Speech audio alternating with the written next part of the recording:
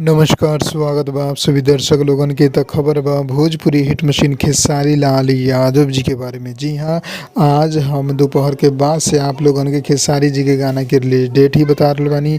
वही लड़ी में एगो नया गाना के रिलीज डेट लेके आ चुकल बानी, जौना के पोस्टर आ चुकल बा, प्रोमो भी आ चुकल बा और इहो गाना जौन बा वो बिहाने आप लोगन के सुने के मिली। जी हाँ, इससे पहले दूगो फिल्म के गाना रहे, अब ई एल्बम के गाना बा, जौना गाना के नाम बा छू के छोड़ देला। जी हाँ, वेब म्यूजिक यूट्यूब चैनल पर ये गाना आप लोगन के सुने के मिली, जौना के खेसारी लाल यादव जी गौले बड़े, रक्षा गुप्ता वीडियो में बड़े खेसारी जी के साथ, गीत के मुकेश मिश्रा लिखले बड़े, आर एस शर्मा संगीत दिले बड़े।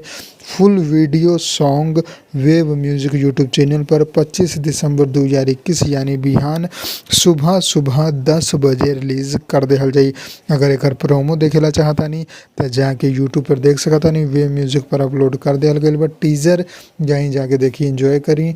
और सुबह भी दूगो गाना रिलीज हो रहा बा, एगो V4U भोजपुरी से वीडियो सॉन्ग और एगो SRK म्यूजिक से ऑडियो सॉन्ग। त जाएम दोनों गाना के प्यार आशीर्वाद दे हम, और एके 10 बजे रिलीज हुई तो 10 बजे एक पर भिड़ जाएम। तो अगर खबर पसंद आए बता लाइक करी, ज़्यादा से ज़्यादा शेयर करी और चैनल के सब्सक्राइब करी।